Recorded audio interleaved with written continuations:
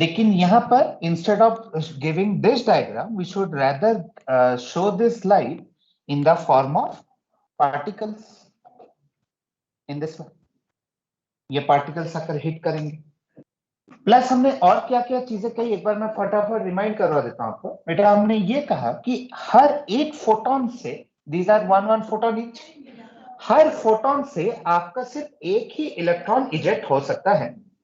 अगर आपने जो एनर्जी, अच्छा एक चीज, हाँ मेन चीज तो बताएं। अच्छा तो फिर वो कौन सी एनर्जी होगी जो इस मेटल सरफेस से इलेक्ट्रॉन निकालने के लिए रिक्वायर्ड होगी? हम कह रहे हैं मेटल सरफेस से हम इलेक्ट्रॉन को रिमूव कर सकते हैं। And then what is that energy called? बेटा उस एनर्जी को कहा जाता है वर्क फंक्शन। लिखवाऊंगा, वर्क फंक्शन क्या होता है? Work function is that energy which is required to remove the electron from the metal surface। और ये वर्क फंक्शन को भी ठीक जैसे आपका एनर्जी का एक्सप्रेशन होता है एच न्यू, आपके वर्क फंक्शन का भी सिमिलर एक्सप्रेशन होता है। बस इसको बेटा क्या लिखा जाता है? H nu not. Energy of the photon is H new, the work function of this metal surface is H nu not. जहां पर ये न्यू नॉट को क्या कहा जाता है? It is called as threshold frequency. Threshold frequency मतलब जो मेटल का थ्रेशोल्ड फ्रीक्वेंसी है, अगर उतने के बराबर का हम एनर्जी इलेक्ट्रोमैग्नेटिक रेडिएशन के फॉर्म में हम इंसिडेंट करें, तभी आपका इलेक्ट्रॉन का इजेक्शन होगा। अच्छा ये तो हो गया इसकी बात। अब सेकेंड चीज हमारी ये आती है कि जैसे हमने लास्ट क्लास डायग्राम बनाया था, देख सकते हैं लास्ट क्लास जो हमने डायग्राम बनाया था उसके अकॉर्डिंग अगर मुझे सर्किट में करंट के अमाउंट को चेंज करना है, if I want to change the amount of current flowing in the circuit, then हम क्या कर सकते हैं? हाँ बेटा करंट को फ्लो करने के लिए इलेक्ट्रॉन का फ्लो होना जरूरी है।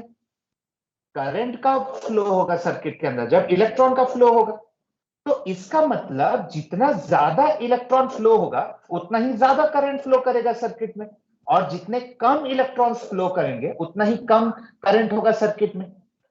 तो फिर ये जो इलेक्ट्रॉन का इजेक्शन है ये एक्चुअली दो चीजों पर डिपेंड करता है। एक तो आपने कितना एनर्जी का फोटोन इसके ऊपर इंसिडेंट किया बेटा, दूसरा होता है कि आपने कितने फोटोन इसके ऊपर इंसिडेंट किए। अगर मैं मोर नंबर ऑफ फोटॉन्स को इंसिडेंट कराऊंगा then more number of electrons will be ejected. अगर मैं लेस नंबर ऑफ फोटॉन्स को इंसिडेंट करवाऊंगा then less number of electrons will be ejected. जो आपका वही डायग्राम है, बस मैं उसको सिंपली में ऐसे ही दिखा रहा हूं।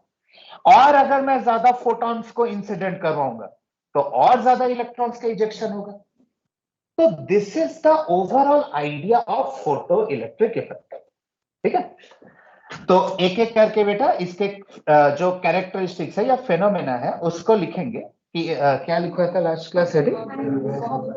अच्छा ऑब्जर्वेशन, हाँ बिल्कुल ठीक है, लिखो ऑब्जर्वेशन। ठीक है, फटाफट लिखना, इसको खत्म करके फिर हम बोर्स मॉडल में घुसेंगे। तो बेटा पहला ऑब्जर्वेशन ये है कि there is no time lag, there is no time lag between incidence of photon and ejection of electron. There is no time lag between incidence of photon and ejection of electron. इसका मतलब ये एक instantaneous process है। Instantaneous process means जैसे ही photon hit करेगा तुरंत electron निकलेगा। ठीक है, second electrons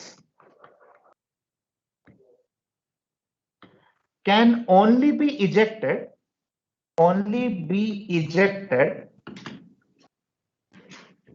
if if the energy of incident photon मतलब जो उसके ऊपर गिर रहा है, incident photon is greater than और equal to what? Work function. यही तो है ना बेटा कि इलेक्ट्रॉन कब निकलेगा? जब जो एनर्जी आप उसके ऊपर डाल रहे हो वो आइदर वर्क फंक्शन के बराबर हो या उससे बड़ा हो, तभी इलेक्ट्रॉन का इजेक्शन हो। तो यहीं पर लिख लेंगे व्हाट इज वर्क फंक्शन, यहीं पर बस और डेफिनेशन लिख लेंगे। वर्क फंक्शन इसको W नॉट से रिप्रेजेंट कर लेते हैं या इसको हम H न्यू नॉट लिख लेते हैं। तो work function is the minimum energy required to eject an electron from metal surface.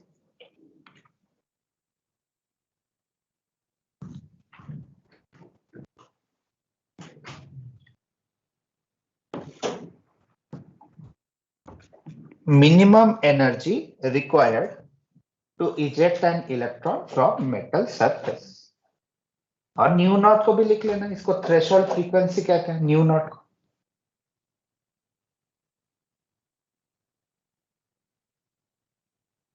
Okay, third point में आ जाइए।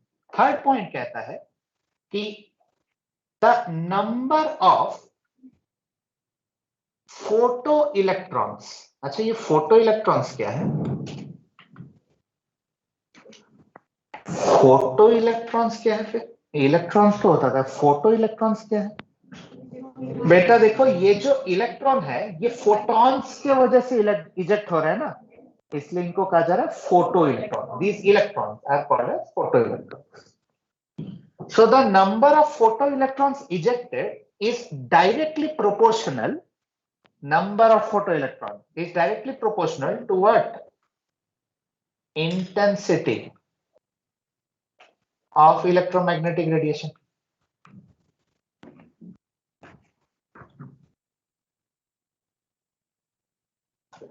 आपके कितने इलेक्ट्रॉन्स मेटल से इजेक्ट होंगे वो डिपेंड करता है कि कितने फोटॉन्स इसके ऊपर इंसिडेंट हो रहे हैं।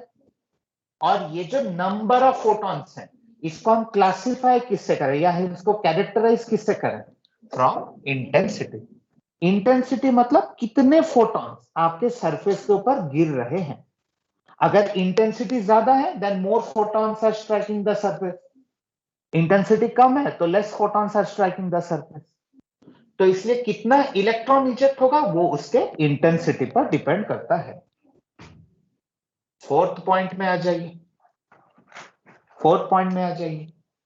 तो जैसे लास्ट क्लास हमने बात किया था या यहां पर भी जो हमने ये पॉइंट लिखा कि एनर्जी मतलब इलेक्ट्रॉन तभी निकलेगा जब एनर्जी इंसिडेंट फोटोन की ग्रेटर देन वर्क फंक्शन होगी।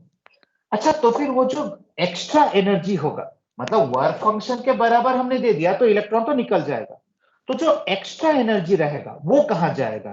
That will be converted into kinetic energy. तो बेटा फोर्थ पॉइंट में बस वही लिखेंगे कि एच न्यू, ऐसा ही लिखना, इंसिडेंट, तो छोड़ छोड़ के बड़ा बड़ा ही लिख लीजिएगा।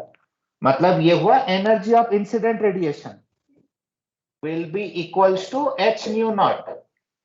मतलब ये हो गया आपका वर्क फंक्शन।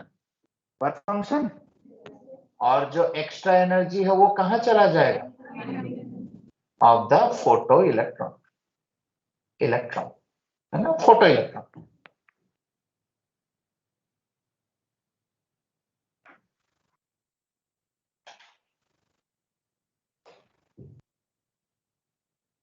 सही।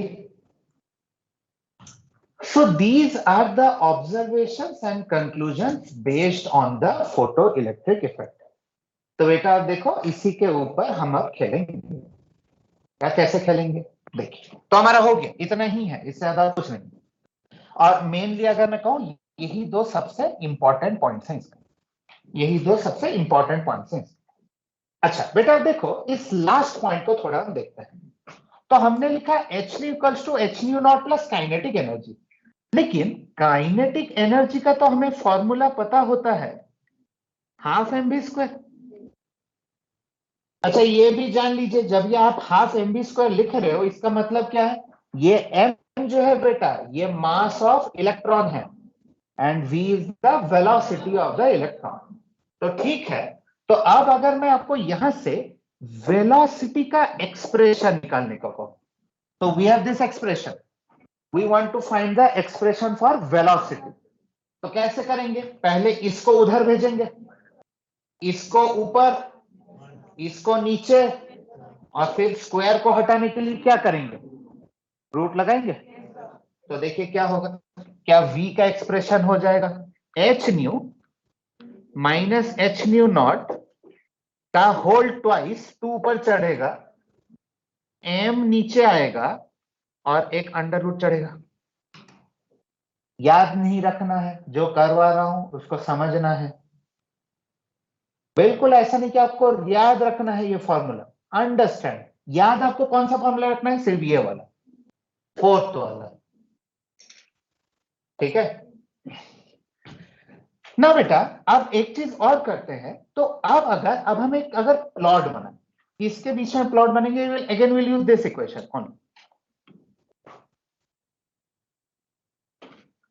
If we do a plot between, देखिएगा ध्यान से, फ्रीक्वेंसी, सॉरी इधर, if we do a plot between kinetic energy and frequency,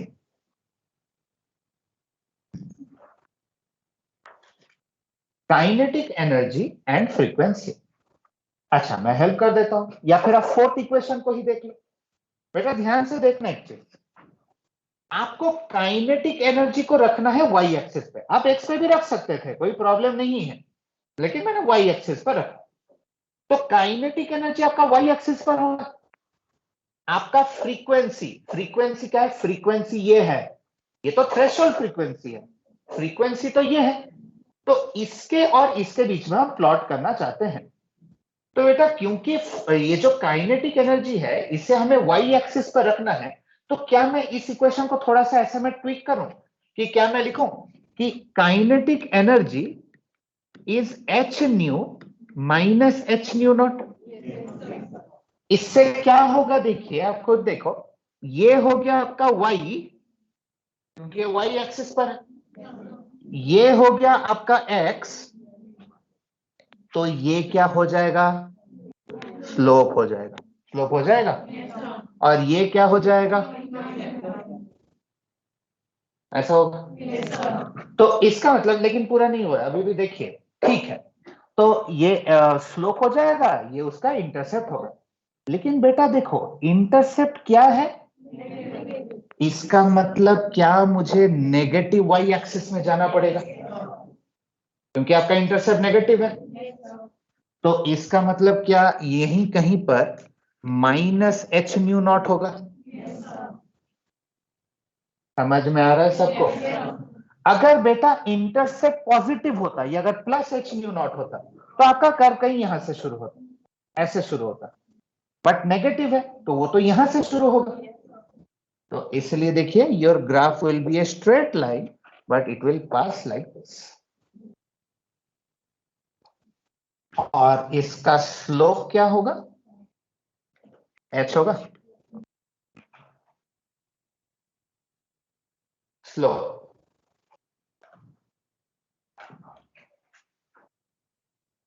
so who can tell me, बना लीजिए आराम से, बना लीजिए, बनाने के बाद who can tell me what is the value of this point. बना लीजिए आराम से, और फिर मुझे बताइए कि इस पॉइंट का वैल्यू क्या है।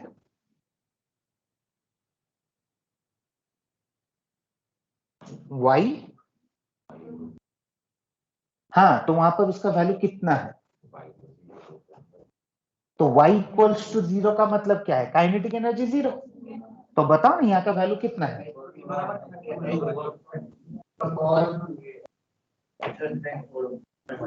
बिल्कुल बेटा, यहां पर y का वैल्यू क्या होगा, 0, 0। तो y पर क्या था, काइनेटिक एनर्जी। तो अगर काइनेटिक एनर्जी 0 हो जाता है तो क्या मैं कह सकता हूं H nu minus H nu naught is 0, या H nu will be equal to H nu naught, H H कटेगा, न्यू किसके बराबर होगा। तो क्या इसी को मैं थ्रेशोल्ड फ्रीक्वेंसी बोल सकता हूं।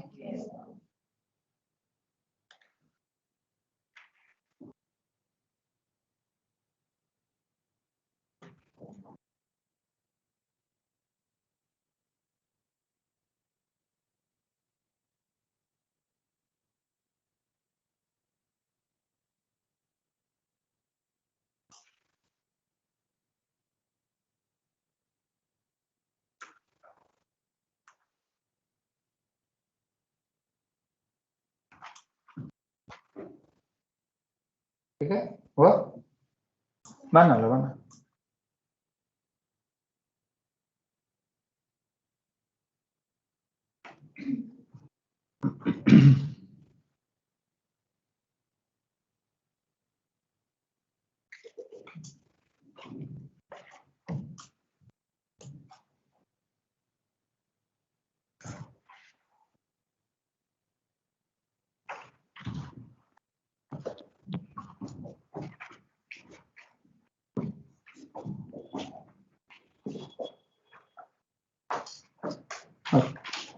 चल, तो ये भी हो गया, ये भी हमने बना लिया। कुछ और प्लॉट देखते हैं।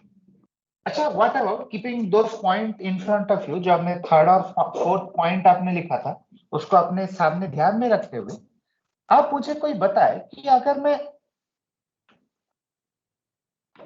इन दोनों के बीच में प्लॉट बनाऊं,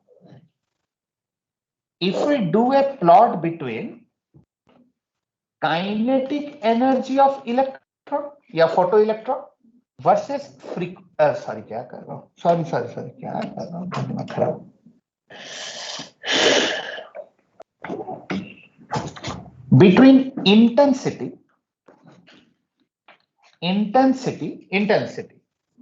एंड फ्रीक्वेंसी, अगर मैं इन दोनों के बीच में एक प्लॉट बनाता हूं तो इस प्लॉट का नेचर कैसा होना चाहिए बिटवीन इंटेंसिटी एंड फ्रीक्वेंसी।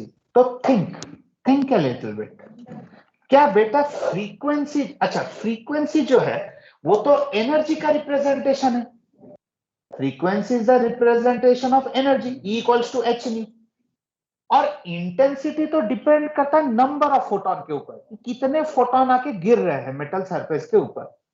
तो क्या कितने फोटोन गिर रहे हैं एक सरफेस के ऊपर उसका उसके एनर्जी के साथ कोई लेना देना है क्या। बस खत्म कर दिया, यही चीज का था, जितने ज्यादा फोटोन गिरेंगे उतनी ज्यादा एनर्जी। तो उसका फोटोन के गिरने से एनर्जी का क्या लेना देना है। लेकिन ये किसने कहा आपको, ये किसने सिखाया। बेटा वो था ओवर ए होल रेंज, हम ये फोटो इलेक्ट्रिक इफेक्ट में सिर्फ एक मेटल के लिए कर रहे हैं, वो तो एक हॉट बॉडी के लिए था। अच्छा, अब ये पूरा खा उसको इधर उधर कर दिया। अब वो कह रहे हैं कि सर आपने इंटेंस वेवलेंथ और इंटेंसिटी का प्लॉट बनाया था। बेटा वो एक ब्लैक बॉडी के लिए था। ब्लैक बॉडी मतलब एक ऐसा बॉडी जो एक हाई टेम्परेचर पर है। यहां पर हम मेटल को हीट नहीं कर रहे हैं, हम मेटल के ऊपर लाइट इंसिडेंट कर रहे हैं, फोटॉन्स इंसिडेंट कर रहे हैं। तो उसके ग्राफ को इसके साथ इधर उधर नहीं करना है, वो ब्लैक बॉडी के लिए है, ये मेटल सरफेस के लिए है। हाँ, तो आंसर ये है कि intensity and frequency are independent of each other. Intensity and frequency are independent of each other because intensity is a measure of number of photons falling on a surface, whereas frequency is a measure of energy of photon. अरे बेटा मान लो 10 photon गिर रहे हैं, ठीक है, ऐसा सोचो 10 फोटोन ही गिर रहे हैं हर सेकंड में। अब मान लो पहले उनकी फ्रीक्वेंसी थी 10⁻15 हर्ट्ज, बाद में उनकी फ्रीक्वेंसी हो गई 10⁻20 हर्ट्ज, लेकिन गिर तो 10 ही फोटोन रहे हैं ना। क्या मैं फ्रीक्वेंसी बढ़ा दूंगा तो क्या फोटोन ज्यादा गिर जाएंगे क्या। वो तो जब मैं ज्यादा फोटोन्स को पास करवाऊंगा तभी वो गिरेंगे। तो that is why intensity and frequency are independent of each other. नहीं समझ में आया अभी भी? फ्रीक्वेंसी होता है एनर्जी का एक पैरामीटर, इंटेंसिटी होता है नंबर ऑफ फोटोन का, है ना? तो both are independent of each other. लेकिन आप एक चीज जो है रिलेट कर सकते हैं, वो क्या है? देखो, you can relate the number of photoelectrons with frequency. How? I'll tell you. आप कहोगे सर फोटो इलेक्ट्रॉन्स भी तो इंटेंसिटी के ऊपर डिपेंड करते हैं, तो उसको फिर कैसे रिलेट कर सकता है? अगर इन दोनों को नहीं कर सकता है तो इन दोनों को कैसे करेंगे? नहीं, ग्राफ यहां पर भी पैरेलल टू एक्स एक्सिस ही होगा। बट देखिए बेटा, मैं क्या लिख रहा हूं कि मैं पहले यहां पर एक न्यू नॉट लिखूंगा। क्यों न्यू नॉट लिखूंगा? क्योंकि जब तक मैं इस फ्रीक्वेंसी को अटेंड नहीं करता हूं, मैं कुछ भी कर लूं, इलेक्ट्रॉन तो निकलेंगे नहीं, है या नहीं? तो इस फ्रीक्वेंसी पर लेट्स से हमारा इंटेंसिटी इतना है, एक गिवन इंटेंसिटी है, तो वहां पर इतने फोटो इलेक्ट्रॉन निकलेंगे। बेटा जब आप वो एनर्जी अटेंड कर लोगे, उसमें कुछ फोटॉन्स निकल रहे होंगे ना, तो जितने फोटॉन्स निकल रहे होंगे उसके अकॉर्डिंग फोटो इलेक्ट्रॉन्स आपके इजेक्ट होंगे। तो इसको मैं मार्क करता हूं एज लो इंटेंसिटी। तो अगर मैं इंटेंसिटी बढ़ा दूं, तो क्या उसी फ्रीक्वेंसी से, उसी थ्रेशोल्ड फ्रीक्वेंसी से क्या आपके फोटो इलेक्ट्रॉन्स बढ़ जाएंगे? ये क्या होगा आपका? Higher intensity. नहीं समझ में आया? फिर से सुनो। देखिए, एक गिवन थ्रेशोल्ड फ्रीक्वेंसी से आप जितना भी फोटॉन्स इंसिडेंट करवाओगे, उतने फोटो इलेक्ट्रॉन्स इजेक्ट होंगे। तो मैंने इसको एक लो इंटेंसिटी मार्क किया। अब मैं कह रहा हूं कि उसी थ्रेशोल्ड फ्रीक्वेंसी पर अगर मैंने ज्यादा फोटॉन्स इंसिडेंट करवाए होते तो ज्यादा इलेक्ट्रॉन्स निकलते। बेटा एक्चुअली यहां पर दो चीजें चेंज हो रही है, क्या समझ रहे? हम इंटेंसिटी भी चेंज कर रहे हैं, हम फ्रीक्वेंसी भी चेंज कर रहे हैं। हम इंटेंसिटी भी चेंज कर रहे हैं, हम फ्रीक्वेंसी भी चेंज कर रहे हैं। लेकिन फ्रीक्वेंसी के चेंज होने का, क्योंकि लाइन इधर चल रहा है ना बेटा, इधर चल रहा है ना, इसका मतलब आपका फ्रीक्वेंसी तो बढ़ रहा है ना। लेकिन फ्रीक्वेंसी बढ़ने से आपका फोटो इलेक्ट्रॉन नहीं बढ़ रहा है, आपका इंटेंसिटी चेंज होने से फोटो इलेक्ट्रॉन्स बढ़ रहे हैं। So what I am saying is कि the number of photons ejected, number of photons or photoelectrons, number of photoelectrons ejected is dependent on intensity but not on frequency. आई बात समझ में?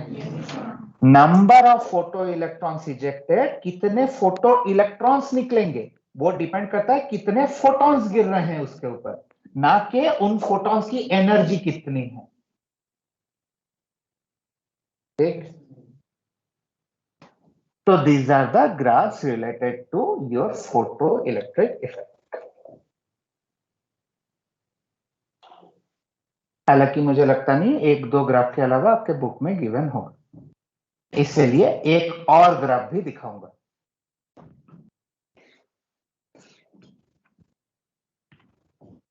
ठीक है, वन लास्ट ग्राफ, एंड ये वही होगा kinetic energy. वैसे एक और भी है, उसके लिए एक चीज बताना पड़ेगा, वर्सेस फ्रीक्वेंसी का।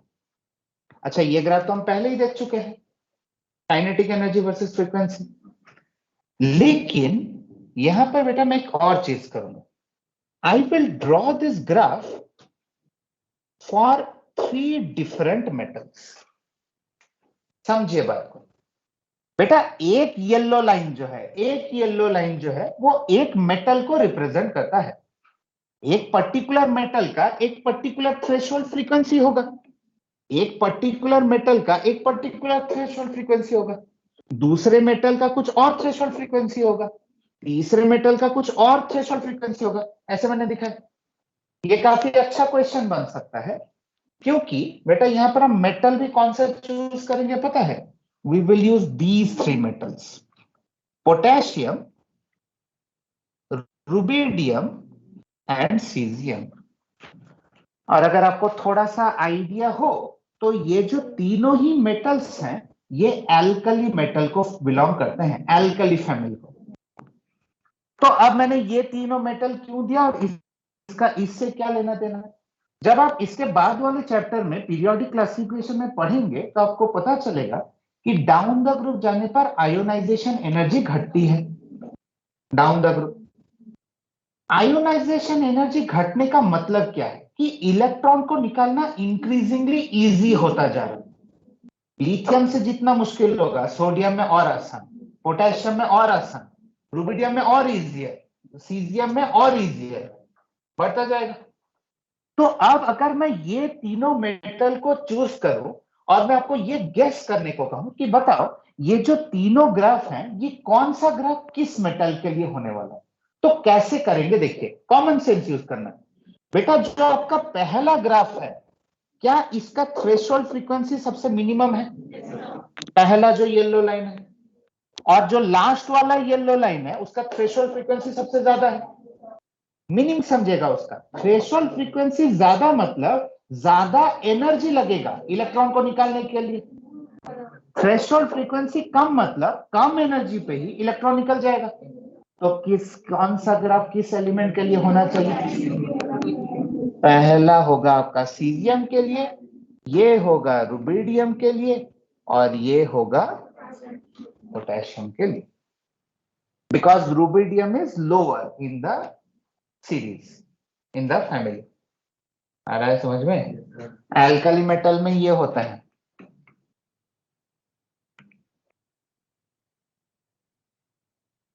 फ्रेंशियम,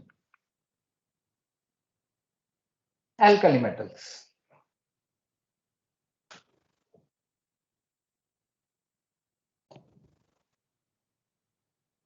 ठीक है, तो ये भी एक अच्छा क्वेश्चन बन सकता है। चल, so now coming to the last part, फिर मैं आपको न्यूमेरिकल दिखाता हूं इसके ऊपर। Coming to the last part.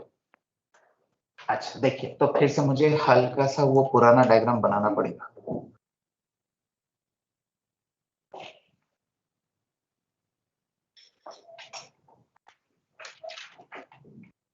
ऐसा ना, ठीक। तो इधर क्या था, हमारा नेगेटिव पोटेंशियल था, इधर हमारा पॉजिटिव पोटेंशियल था। ठीक? और फोटॉन्स आपके गिर रहे थे ऐसे, और यहां से आपका इलेक्ट्रॉन का इजेक्शन हो रहा था, ऐसे ये हो रहा था। अब बेटा देखो, जो लास्ट टॉपिक है ना, बस आपका एडवांस वैसे इसलिए बताया जा रहा है, अदरवाइज ये डिस्कस करने का कोई मतलब ही नहीं होता है कि ये इलेक्ट्रॉन बेटा इधर से इधर जा क्यों पा रहा था। नॉट ओनली बिकॉज कि आपने लाइट इंसिडेंट किया था, बिकॉज इस प्लेट पर पॉजिटिव पोटेंशियल है। हाँ? क्या हुआ? है ना, लो वोल्टेज है, बट इस प्लेट पर तो पॉजिटिव पोटेंशियल है ना। इलेक्ट्रॉन तो इसी के तरफ अट्रैक्ट होगा ना, या इलेक्ट्रॉन इधर चला जाएगा क्या? पॉजिटिव की तरफ ही जाएगा, उस तरफ अट्रैक्ट होगा, होगा या नहीं? बट अगर मैंने इस पोलैरिटी को अगर मैंने रिवर्स कर दिया, अच्छा ये माइनस प्लस, अच्छा ठीक है ऐसे रहने दो, रिवर्स कर दिया मतलब मैंने इस प्लेट पर नेगेटिव पोटेंशियल कर दिया और इस प्लेट पर पॉजिटिव पोटेंशियल कर दिया। ठीक है, तो बेटा देखो अब क्या हो, अब दो चीजें हो सकती हैं, दो चीजें हो सकती हैं। आइदर तो जो आपने एनर्जी इंसिडेंट किया है अगर वो वर्क फंक्शन के बराबर ही हो गया, वर्क फंक्शन किसका होगा? इस मेटल प्लेट का होगा वर्क फंक्शन। अगर ये जो एनर्जी है इसी वर्क फंक्शन के बराबर हो गया, एग्जैक्टली इक्वल हो गया, तो जस्ट वो फोटोन हिट करेगा, वो इलेक्ट्रॉन निकलेगा, लेकिन वो मूव नहीं कर सकता क्योंकि आपने कोई एक्स्ट्रा एनर्जी दिया ही नहीं है, उस आपने E इक्वल टू W0 के बराबर एनर्जी दिया है। बट व्हाट इफ जो एनर्जी है वो ग्रेटर देन वर्क फंक्शन हुआ, तो एक्स्ट्रा एनर्जी काइनेटिक एनर्जी में कन्वर्ट होगा, तो इलेक्ट्रॉन आगे बढ़ने की कोशिश करेगा। लेकिन here comes the last point कि अब अगर मैं उस पोटेंशियल को ऐसे एडजस्ट करूं, इस बैटरी के पोटेंशियल को ऐसे मैं एडजस्ट कर दूं सच दैट जो kinetic energy of the ejected electron है वो जीरो हो जाए। नहीं समझा? ये प्लेट है, इस पर पॉजिटिव चार्ज है, ठीक है? ऐसा देखो, पॉजिटिव चार्ज है, आपने फोटोन को इंसिडेंट किया, यहां से इलेक्ट्रॉन इजेक्ट हुआ। मैं अब ये कह रहा हूं कि ठीक है, आप जितना एनर्जी दे रहे हो दो, आप जितना एनर्जी दे रहे हो दो, मैं क्या करूंगा, मैं इस पॉजिटिव पोटेंशियल को बढ़ा दूंगा। उससे क्या होगा, इलेक्ट्रॉन निकलना तो चाहेगा, लेकिन फिर एक अट्रैक्शन होगा इन दोनों के बीच में, तो ये तो उसको खींचेगा। तो आप ये जो अपोजिंग पोटेंशियल हमने लगाया, अपोजिंग क्यों? क्योंकि इलेक्ट्रॉन को जाना उधर था, आप उसको इधर खींच रहे। The opposing potential applied at an electrode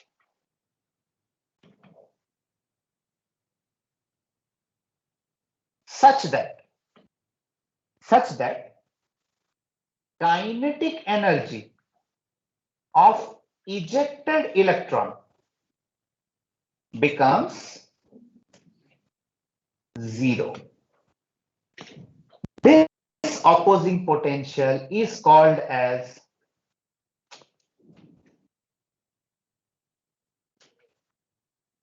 stopping potential. अगर नहीं दिख रहा है,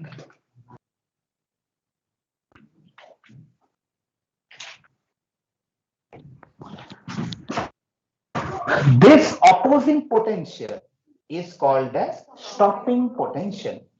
साधारण भाषा में आपका इलेक्ट्रॉन निकलना चाहता है, लेकिन आपने क्या किया, इस पर पॉजिटिव चार्ज लगा दिया, तो ये इलेक्ट्रॉन जो निकलना चाहेगा ये उसको खींचेगा। लेकिन हम क्या करेंगे, हम एनर्जी को चेंज नहीं करेंगे, एनर्जी जितना गिर रहा है उसको गिरने दो, हम इसके पोटेंशियल को चेंज करेंगे प्लेट के, सच दैट जो इलेक्ट्रॉन की काइनेटिक एनर्जी है वो जीरो हो जाए। That opposing potential is called as stopping potential. तो इसका मतलब ये जो स्टॉपिंग पोटेंशियल होना चाहिए, क्या इसको बेटा इस इलेक्ट्रॉन के काइनेटिक एनर्जी के ही बराबर होना चाहिए? मीन्स ठीक वही है कि जैसे मान लो वो होता है ना एस्केलेटर, एस्केलेटर एस्केलेटर ऊपर जा रहा है, आप नीचे की तरफ जा रहे हो, अगर एस्केलेटर का स्पीड और आपका स्पीड इक्वल हो जाए तो आप एक ही जगह पर भाग रहे होगे ना। ठीक वही चीज हम कह रहे हैं कि काइनेटिक एनर्जी ऑफ इलेक्ट्रॉन जितना है, जितना होगा, अगर उतना ही अपोजिंग पोटेंशियल हम लगा दें तो इसकी वेलोसिटी जीरो हो जाएगी, किसकी, इलेक्ट्रॉन की। तो उसी पोटेंशियल को हम कहते हैं stopping potential. That is why the kinetic energy which is your half mv square is equal to E times Vs,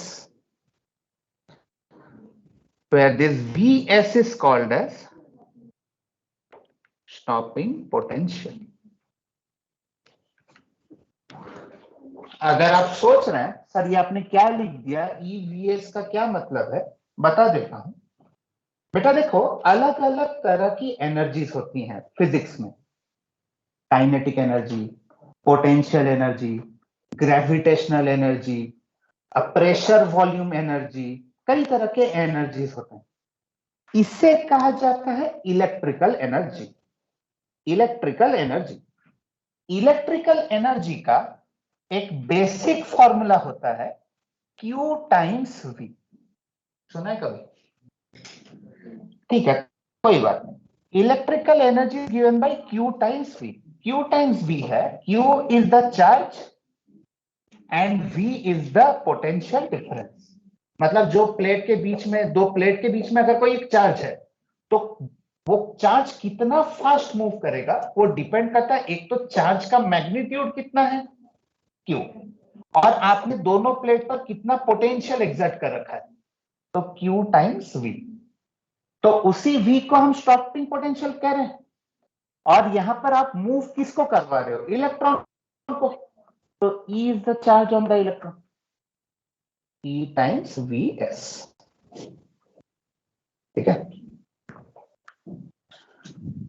तो ये हो गया आपके स्टॉपिंग पोटेंशियल का भी इक्वेशन।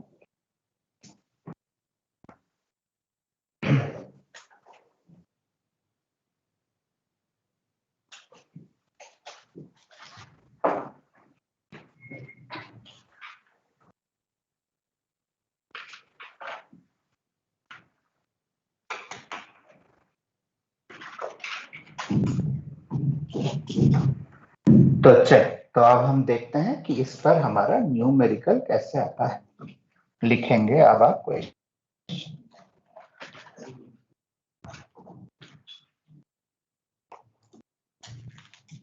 ठीक है बेटा, देखो इधर इस पार्ट पे जितना बता रहा हूं ना, जो बता रहा हूं बस इतना ही पढ़िएगा।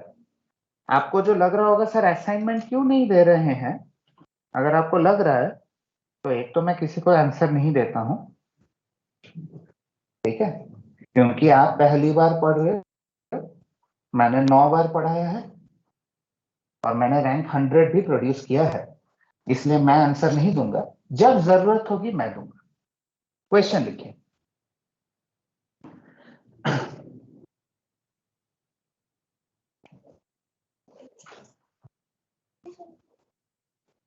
क्या बोलना क्वेश्चन को, इसको बेटा हमने कहा कि एनर्जी है, वो टग ऑफ वॉर देखा है ना, एक इधर खींचता है एक उधर खींचता है। कब वो रस्सी एकदम बीच में स्टेल हो जाएगा, जब दोनों का फोर्स इक्वल हो जाएगा ना, तो या दोनों ही टीम जो है वो इक्वल एनर्जी से खींच रही होंगी, इक्वल एनर्जी से, तो वो रोप बीच में रुक जाएगा। तो अब एक तरफ है काइनेटिक एनर्जी, ये काइनेटिक एनर्जी किसके वजह से आया होगा, ये इंसिडेंट फोटोन की वजह से।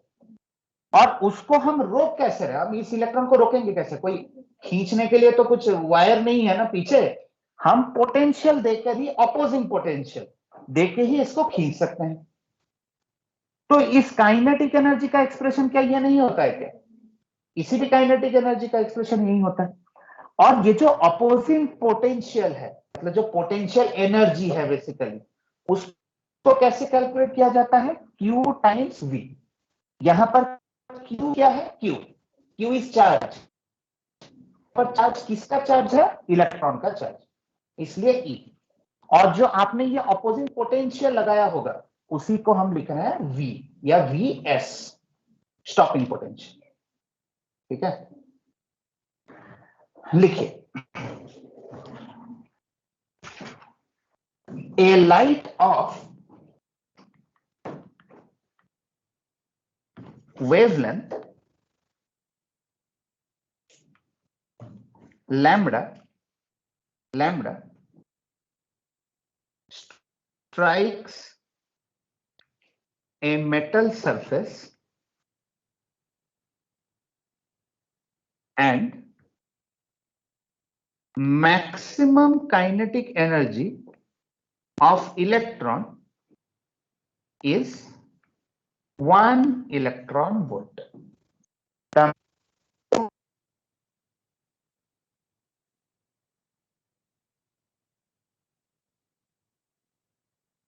वोल्ट, ठीक, अच्छा, फुल स्टॉप। उसके बाद लिखेंगे कि if the wavelength is reduced to lambda by 3, the kinetic energy of electron becomes 4 electron volt. Find the work function of metal. Find the work function W naught of metal. अच्छा, तो अब तक मैंने आपको फॉर्मूला जो है वो frequency के टर्म्स में कहा, लेकिन क्वेश्चन दिया किसके टर्म्स में, वेवलेंथ के टर्म्स में। कोई टेंशन वाली बात नहीं होनी चाहिए, क्योंकि आप जानते हो कि एच न्यू किसके बराबर होता है, तो एच न्यू नॉट किसके बराबर होगा, h C by lambda naught. अगर एच न्यू होता है एच सी बाई लैम्बडा, तो h न्यू नॉट चाहिए होगा ना आपको वर्क फंक्शन के लिए, तो वो हो जाएगा hc बाई लैम्डा नॉट। ठीक है बेटा, जैसे न्यू नॉट का थ्रेशोल्ड फ्रीक्वेंसी कह रहे हो, लैम्डा नॉट हो जाएगा थ्रेशोल्ड वेवलेंथ, उसमें क्या है। ठीक है, तो अब आपको यहां पर दो इक्वेशन बनाने होंगे। You have to make two equation. पहले पूरे क्वेश्चन में मत जाइए, पहले बेटा आप सिर्फ इतने को सॉल्व करिए। कहा गया इतने को, पहले 3 लाइन को।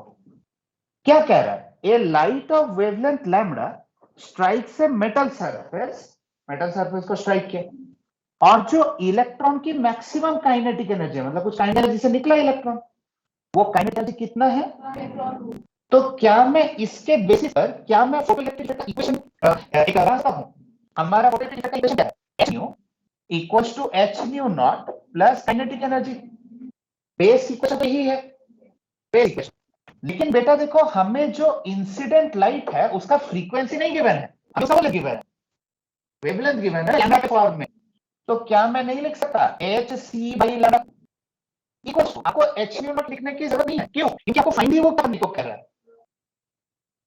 Work function. तो H not he work function नहीं है, आपको क्या बोला, तो वही फाइंड करने को कह रहा है। और काइनेटिक एनर्जी की जगह कितना लिख लूंगा, 1 इलेक्ट्रॉन। अरे यही तो है ना काइनेटिक एनर्जी। तो ये हो गया आपका पहला इक्वेशन। क्या उसी तरह से सेकंड इक्वेशन को पढ़ सकते हैं। जैसे पहला इक्वेशन बनाए वैसे ही सेकंड इक्वेशन बनाएंगे।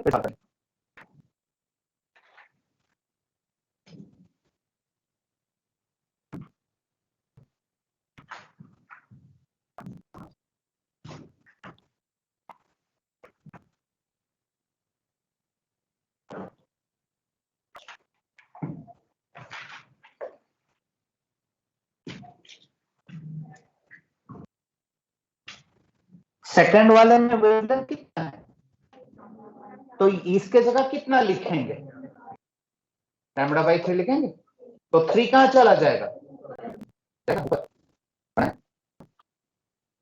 जब दोनों इक्वेशन को सॉल्व करो ना, तुम्हें डब्ल्यू नॉट निकालना है, तो क्या करें, इन दोनों में सब्सट्रैक्ट करना इक्वेशन को, नहीं हो जाएगा। देखिए आपका थर्ड इक्वेशन कुछ ऐसा दिखना चाहिए, इक्वेशन सर। अब आपको डब्ल्यू नॉट निकालना है। अब आप कई तरीके से निकाल सकते हो, इसका कोई एक वो नहीं है, मेनी वे। कोई ऐसा कह सकता है कि सर मैं एक्स सी बाई लैम्डा को इससे सब्स्टिट्यूट कर दूंगा, नीचे भी तो वो एक्स सी बाई लैम्डा है ना, कोई ऐसा सब्स्टिट्यूट करने को कैसे, कोई कहेगा नहीं सर ये करना, मैं सब्सट्रैक्ट करूंगा, तो वो भी ये भी कर सकता है। अरे बात सुनिए, तो दोनों को सब्सट्रैक्ट करिए, डब्ल्यू नॉट क्या, तो H C by lambda minus H C by lambda, ये minus 2 H C by lambda हो जाएगा। एल्जेब्रिक टर्म्स देखकर डर लगता है, ठीक। H C by lambda 3 H C by lambda, तो 2 एच सी बचेगा। और इधर कितना हो जाएगा, तो माइनस माइनस गया, तो एच सी बाई लैम्डा को क्या मैं 3/2 इलेक्ट्रॉन वोल्ट नहीं बोल सकता, एच सी बाई लैम्डा निकल गया ना। अब क्या पहले इक्वेशन में डाल दो ना, अरे आपको एच सी बाई लैम्डा निकल गया, उसको लेकर पहले इक्वेशन में डाल दो, वहां से नहीं।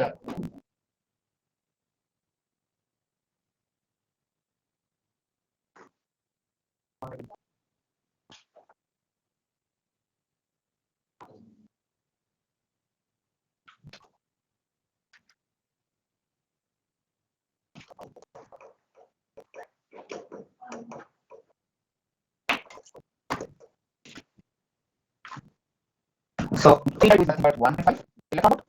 अगर मैं यहाँ पर 1.5 को सब्स्टिट्यूट करूँ तो यार डब्ल्यू नॉट कितना आ जाएगा, 0.5 आ जाएगा। सही है। So the work function of the metal is 0.5 electron volts.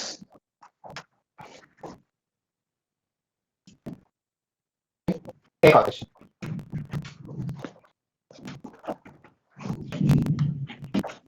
एक और question, what function of certain metals are given A, B, C, D, E, और इसका वर्क फंक्शन है 3 इलेक्ट्रॉन वोल्ट, इसका है 3.4 इलेक्ट्रॉन वोल्ट, इसका है 3.8 इलेक्ट्रॉन वोल्ट, इसका है 4.2 इलेक्ट्रॉन वोल्ट, और इसका है 4 electron volt. If a light of wavelength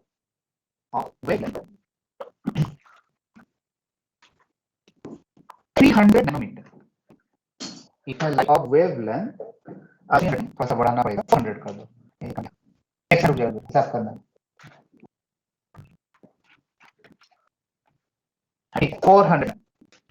400 nanometre, ठीक है। इस इंसिडेंट हाउ मेनी मेटल्स, मतलब एक मेटल है, जैसे मैंने एबीसीडी ऐसे नाम दिए, how many metals will show क्या, photo electric effect.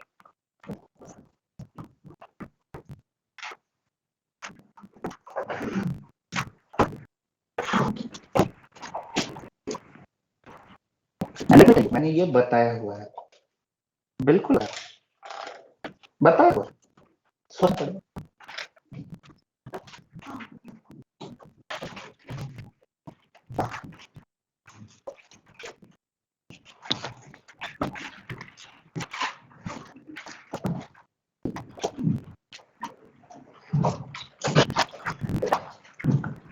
Work function वो एनर्जी होती है, वो मिनिमम एनर्जी होती है, वर्क फंक्शन जो आपके मेटल सरफेस से इलेक्ट्रॉन को निकालने के लिए लगता है। अब उसके ऊपर इंसिडेंट क्या है, light of wavelength. Last class में आपको बार बार बता रहा था, फिर से अभी बताता हूँ।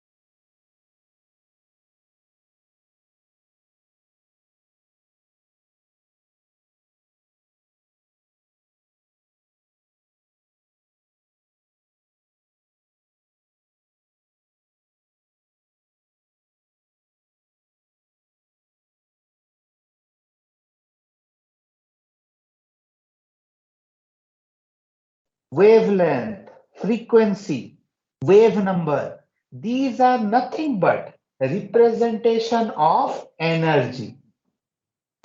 वेवलेंथ, फ्रीक्वेंसी, ये सब क्या है? ये एनर्जी का ही रिप्रेजेंटेशन है, एनर्जी का ही एक रूप है या नहीं? तो इसका मतलब मुझे क्या करना से कह रहा हूं, wavelength, frequency, they are representation of energy. ये एनर्जी के ही रिप्रेजेंटेशन होता है और कुछ नहीं है। वेवलेंथ देने का कारण है एनर्जी बताया जा रहा है आपको कि इसकी एनर्जी इतनी है, बस डायरेक्टली आपको नहीं बताएगा, इनडायरेक्टली बताएगा।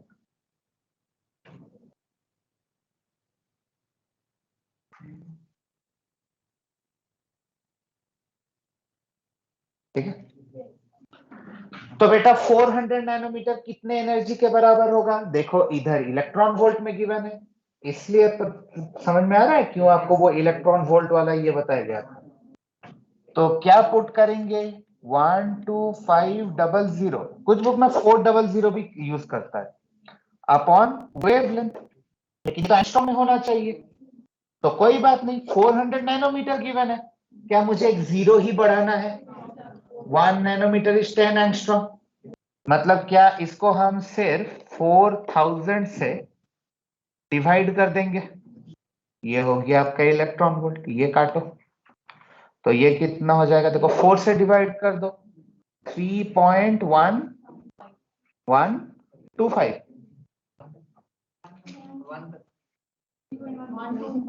हाँ ठीक है, पूरा डिवाइड कर लो ना, उसमें क्या होगी, ऐसा होगा ना? हाँ ठीक है, या क्या? 125 सही तो है। हाँ, 3.125 इलेक्ट्रॉन वोल्ट होगा। इसका मतलब क्या है? इसका मतलब है कि जो आपने फोटोन इंसिडेंट किया उसकी एनर्जी बेटा इतनी है। आपने जो फोटोन इंसिडेंट किया है उसकी एनर्जी इतनी है, तो वो कहां से इन सबसे फोटो इलेक्ट्रॉन निकाल पाएगा? वो सिर्फ ए से निकाल पाएगा। नहीं समझ में आया? अरे भाई, वर्क फंक्शन वो एनर्जी है जिससे आप इलेक्ट्रॉन को इजेक्ट कर सकते हो। मैंने कैलकुलेशन गलत किया क्या? सही है ना? हाँ, तो ये तो आप एनर्जी दे रहे हो, अरे इतना एनर्जी तुमने दिया ना, तो इनसे तो इलेक्ट्रॉन निकालने के लिए ज्यादा एनर्जी चाहिए, तो इन सब से वो इलेक्ट्रॉन कैसे निकालेगा? वो तो सिर्फ ए से निकाल पाएगा ना, क्योंकि इससे इलेक्ट्रॉन निकालने के लिए 3 इलेक्ट्रॉन वोल्ट एनर्जी चाहिए। आपने दिया है 3.125, तो ये तो निकाल लेगा, लेकिन इससे कैसे निकालेगा? आई बात समझ में?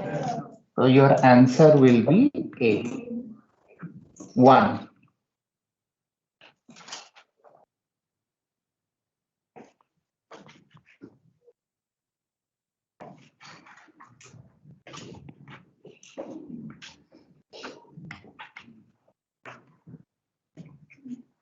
तो इस तरीके के क्वेश्चन फोटो इलेक्ट्रिक इफेक्ट में बनते हैं, है ना? थोड़ा सा अगर मैं और इसको कम कर देता तो इसको भी घुसा सकते थे उसके में। अगर 3000 कर देते तो सारा आ जाता ना, 4.1। अच्छा, 3000 करने से अच्छा होता, यहां तक आ जाता। 3000 कर देते उसको, अगर 4.1 समथिंग आ जाता, मतलब इन सब से वो निकाल लेता ना। ठीक है, ठीक। चलिए, तो मतलब आइडिया समझे, वो तो डेटा चेंज करके क्वेश्चन कुछ भी किया जा सकता है, लेकिन आइडिया को समझे। तो this is your photo electric effect. इससे ज्यादा अच्छे क्वेश्चन आपको इस पर नहीं मिलेंगे। ओके, ये जो लास्ट वाला दिखा है, टेस्ट में पूछेगा जब भी होगा इसका। अच्छा, नेक्स्ट पे आ जाए। तो after this photo electric effect and black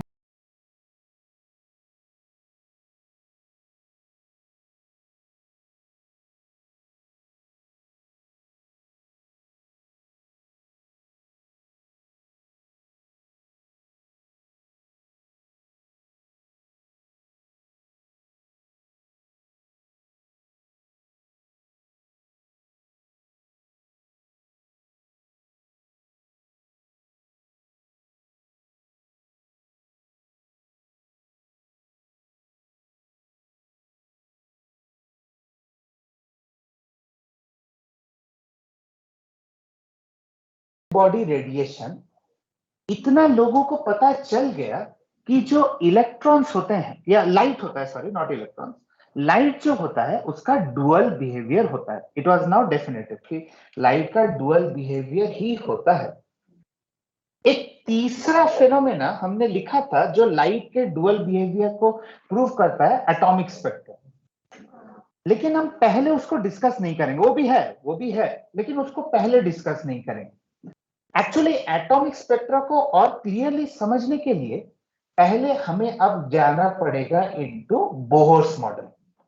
मतलब एक्चुअली एटॉमिक स्पेक्ट्रा बोर ने ही एक्सप्लेन किया था, तो पहले हम समझते हैं कि बोर ने अपना एटॉमिक मॉडल किस बेसिस पर दिया, और बोर्स मॉडल के बेसिस पर वी विल अंडरस्टैंड कि how he explain the atomic spectra.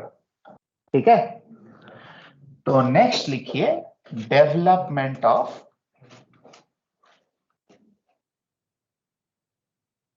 Bohr's model.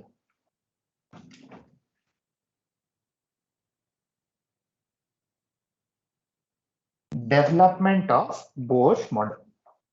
ठीक, तो बेटा बोर ने इन सब चीजों को इंक्लूड करके रदरफोर्ड मॉडल्स में जो डिफेक्ट्स था उनको उन्होंने रेक्टिफाई किया। कैसे रेक्टिफाई किया? इन्होंने कुछ चीजें बताई कि पहला चीज जो था, उन्होंने ये कहा कि इलेक्ट्रॉन्स रिवॉल्व अराउंड न्यूक्लियस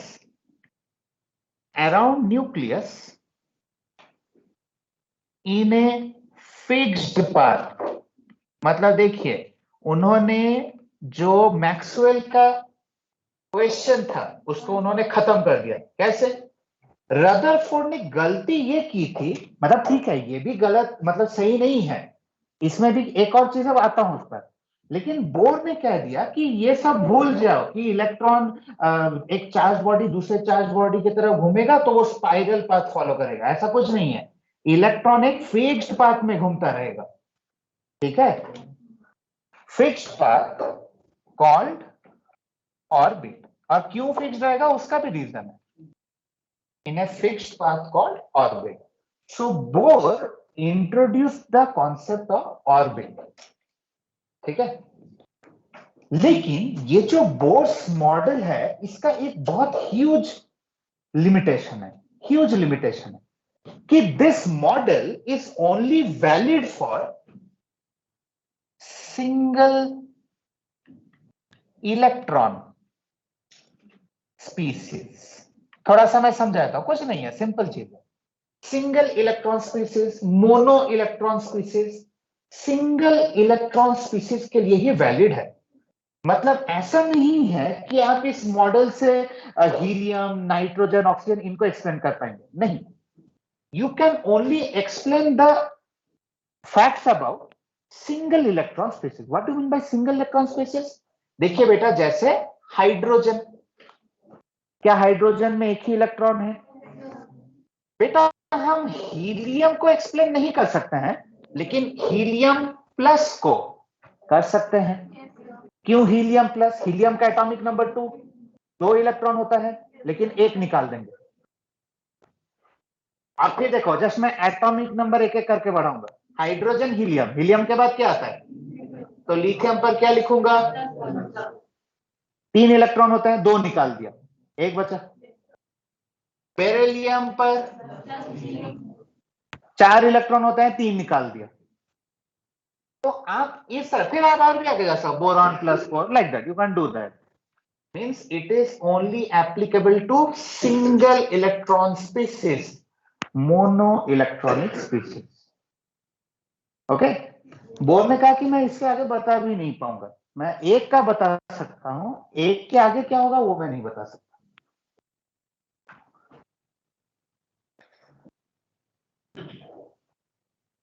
ठीक है, अच्छा, तो इनका इसका आर्ग्यूमेंट क्या था कि इलेक्ट्रॉनिक फिक्स्ड पाथ में ही घूमता है? इसका आर्ग्यूमेंट क्या था? देखिए, अब बोर ने क्या कहा? बोर ने कहा कि ये ठीक, बोर ने कहा कि अगर बेटा ये आपका न्यूक्लियस है, if this is your nucleus, hydrogen हो, हीलियम हो, लिथियम मतलब 2+, बेरिलियम 3+, जो भी हो, बेटा देखो तो न्यूक्लियस पर जो भी चार्ज होता है, समझना ये बात को, न्यूक्लियस पर जो भी चार्ज होता है क्या वो प्रोटॉन्स की वजह से होता है? Neutrons are chargeless. और प्रोटॉन्स पर जो मैग्नीट्यूड ऑफ चार्ज होता है वो तो इलेक्ट्रॉन के मैग्नीट्यूड के ही बराबर होता है। इसीलिए देखिए, आप बुक में भी जब पढ़ेंगे तो न्यूक्लियस पर चार्ज ऐसे लिखा होगा, न्यूक्लियस पर चार्ज लिखा होगा +Ze। क्यों Ze? क्यों, समझिए बेटा, Z is the representation of number of protons. और इलेक्ट्रॉन पर जितना चार्ज होता है मैग्नीट्यूड, उतना ही प्रोटॉन पर चार्ज होता है। तो इसलिए न्यूक्लियस को लिखा जाता है Ze, मतलब Z is the number of proton, और प्रोटॉन पर जितना चार्ज है उतना ही इलेक्ट्रॉन पर चार्ज होता है, इसलिए Ze। एंड क्योंकि ये सब सिंगल इलेक्ट्रॉन के लिए ही वो एक्सप्लेन कर रहे थे, तो यहां पर ऑर्बिट में इलेक्ट्रॉन भी कितना होगा? एक ही होगा। तो अब बोर ने क्या कहा, देखिए बोर ने कहा कि जो तुम कह रहे हो ठीक है कि न्यूक्लियस और इलेक्ट्रॉन के बीच में एक फोर्स ऑफ अट्रैक्शन होगा, सही है, but this force of attraction will be cancelled by an outward force. और ये आउटवर्ड फोर्स कौन सा होता है? Centrifugal force. Electron will remain in a fixed orbit, मतलब एक फोर्स उसको अंदर खींच रहा है, एक फोर्स उसको बाहर की तरफ फेंक रहा है, तो इलेक्ट्रॉन एक ही पाथ पर घूमता रहेगा। इसलिए उन्होंने मल्टी इलेक्ट्रॉन नहीं किया, क्योंकि मल्टी इलेक्ट्रॉन करेंगे ना तो फिर electron electron repulsion, nucleus electron attraction, मतलब कई सारे फोर्सेस आ जाएंगे बीच में, तो उससे कैलकुलेशन कॉम्प्लिकेटेड हो जाएगा। इसलिए उन्होंने कहा कि भाई मैं सिंगल इलेक्ट्रॉन का करके ही जाता हूं, ठीक है। तो अब ये फोर्स ऑफ अट्रैक्शन और सेंट्रीफ्यूगल फोर्स को हम रिलेट कैसे करें? बेटा देखो, ये आता है, यहां पर आता है थोड़ा हल्का सा फिजिक्स। तो दिस सेंट्रीफ्यूगल फोर्स, अगर आपने कभी किया है सेंट्रीफ्यूगल, ये फॉर्मूला देखा है कभी? तो कह रहे नहीं किया। Centrifugal force is given by mv²/r, जहां पर ये सब क्या है, m is the mass of the electron, v is the velocity and r is the radius, ठीक है। तो ये तो चलो, ये तो सेंट्रीफ्यूगल फोर्स की बात हो गई, लेकिन ये जो इलेक्ट्रॉन और न्यूक्लियस के बीच में जो फोर्स ऑफ अट्रैक्शन है, इसको कैसे दिया जाए? इसको ये जो एनर्जी है इसको दिया जाता है by potential energy of electron. मतलब ये जो फोर्स ऑफ अट्रैक्शन है ना, this is due to the potential energy between the electron and nucleus. मतलब मैं समझा देता हूं बेटा, देखो ऑल्दो बोर ने भी ये कहा था कि इलेक्ट्रॉन सर्कुलर पाथ में घूम रहा है, लेकिन at a fixed point, at a particular instant, इन दोनों के बीच में एक पोटेंशियल एनर्जी होगा ना। This potential energy is given by this force of attraction in the form of potential energy. ये potential energy यहाँ पर लिखते ही नहीं है, छोड़ो, कंफ्यूजन होगा। Force of attraction is given by 1/4πε0, 1/4πε0 ZE into E, मतलब Q1 Q2 अपॉन R²। या हो सकता है आपने कभी इसको ऐसे देखा होगा, K इंटू Q1 Q2। हाँ, तो वो जो K है उसी का वैल्यू है 1/4πε। कोई आप चाहे तो K भी लिख सकते हैं, कोई बड़ी बात नहीं। The force between two charges, क्योंकि न्यूक्लियस पर चार्ज है Ze और इलेक्ट्रॉन पर चार्ज है E, JD into E R square. तो उन्होंने क्या किया, इन दोनों फोर्सेस को इक्वेट किया, ही इक्वेटेड दीज टू फोर्सेस। तो अब मैं ओवरऑल क्या लिख सकता हूं, चलो इसको के ही लिख लेते हैं, इसको के ही लिख लेते हैं। तो क्या मैं लिख सकता हूं, K E square by R M V square by R, R square sir, हाँ sir.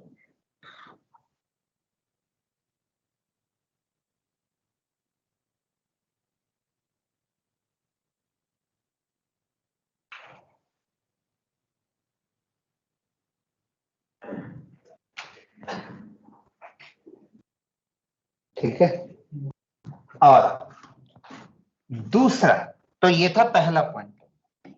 Next class will see the derivation, आज मे बी टाइम हो जाएगा। सेकंड पॉइंट, ठीक है, मैं कुछ पॉइंट्स जो है बता देता हूं। सेकंड पॉइंट, उन्होंने एक और बहुत इंपॉर्टेंट रूल दिया, जो इसके बाद जो हम थ्योरी पढ़ेंगे उसमें ये प्रूव होगा कि बेटा, उन्होंने कहा कि द एंगुलर मोमेंटम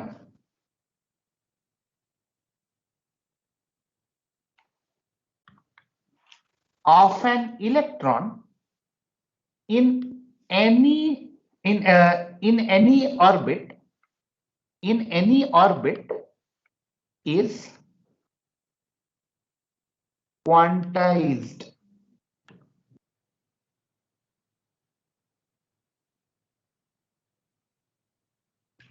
ठीक है, तो ये थोड़ा हेवी डोज आएगा।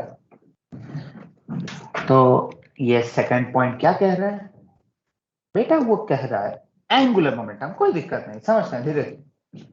So what is this angular momentum? देखिए बेटा, मोमेंटम क्या होता है, मास टाइम्स वेलोसिटी, एम भी मास टाइम वेलोसिटी मोमेंटम। तो इलेक्ट्रॉन का एक मास है, वेरी कम ही सही लेकिन मास है, और ये वेलोसिटी से घूम रहा है एक पर्टिकुलर ऑर्बिट में। But then what is angular velocity, sorry angular momentum, sorry angular momentum क्या है बेटा? मोमेंटम मास टाइम वेलोसिटी होता है ना, उसके साथ आप बस रेडियस का प्रोडक्ट कर दो, मतलब m into v into r. mvr is called as the angular momentum. mv is momentum, angular momentum is mvr। उतना ही है, बस उतना ही है, फिजिक्स में भी यही है और कुछ नया नहीं हो। क्योंकि आर क्यों है पता है, क्योंकि ये एक फिक्स्ड रेडियस में घूम रहा है ना, that is why angular momentum, because it's angle is changing at every point, the angular momentum. अच्छा, अब बोर ने क्या कहा इस एंगुलर मोमेंटम के बारे में? बेटा बोर ने ये कहा कि ये जो इलेक्ट्रॉन है, जब तक ये एक पर्टिकुलर ऑर्बिट में होगा ना, इसका एक particular value of angular momentum ही होगा। अच्छा, अगर ये इलेक्ट्रॉन किसी दूसरे ऑर्बिट में चला गया तो, अच्छा अभी तो अजीब लगेगा कि दूसरे ऑर्बिट में कैसे आता है, जा सकता है, एक ही तो ऑर्बिट है, एक ही तो इलेक्ट्रॉन है, दूसरे ऑर्बिट में कैसे आएगा, उसकी बात करेंगे बाद में। अगर ये इलेक्ट्रॉन किसी तरीके से दूसरे ऑर्बिट में जाता है ना, तो बेटा दूसरे ऑर्बिट में जो एंगुलर मोमेंटम का वैल्यू होगा वो इसी का एक मल्टीपल ही होगा, होल नंबर मल्टीपल। जैसे वो ये ने बताया था प्लैंक, मींस अगर लेट्स से अगर इस ऑर्बिट पर उसका एंगुलर मोमेंटम है x, अगर ये फर्स्ट ऑर्बिट है, लेट्स से यहां पर उसका एंगुलर मोमेंटम है x, तो सेकंड ऑर्बिट में क्या होगा 2x, थर्ड ऑर्बिट में क्या होगा 3x, होल नंबर मल्टीपल। तो whole number multiple of a particular value, ठीक है।